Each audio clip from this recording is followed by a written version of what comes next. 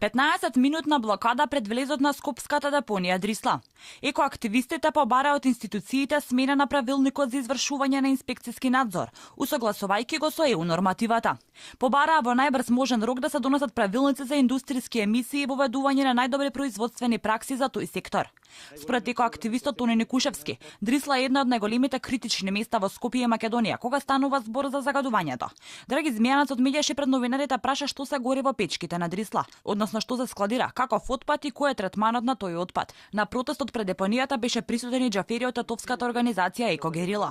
Тој го повтори барањето за забрана за увоз на отпадот во Македонија. Го повика премиерот Зоран Заев и владата итно да го сменат законот за увоз на отпад. Да побараме промени во најитен можен рок што се однесува третманот на отпадот, менаџирањето на отпадот, правилниците кои го регулираат сето сета оваа проблематика. Најголемиот проблем е што целото ѓубре и најопасното ѓубре во целата држава завршува во оваа депонија. Оваа депонија се уште нема добиено акредитација од Министерство за животна средина за депонирање на таков тип на отпад. Сериозни сомневања за согорување на медицински отпад во Дрисла беа без соодветни стандарди и една од причините за загадувањето на воздухот. Како и во минатото, и сега постои лавиринт на транспарентност за тоа каков отпад на вистина се увезува од странство и се согорува во Македонија. Дали се запазуваат законите и стандардите согласно европските регулативи? Дали се увезува отпад од други земји и дали се декларираат тој отпад како отпад, каде се складира и гори во Дрисла? Екоактивистот Марија Ненов од Движење за чист воздух нагласи дека доколку не се решат овие прашања, сериозно не се разгледаат за 15 денови, ќе се организира помасовен протест со вклучување и на населението.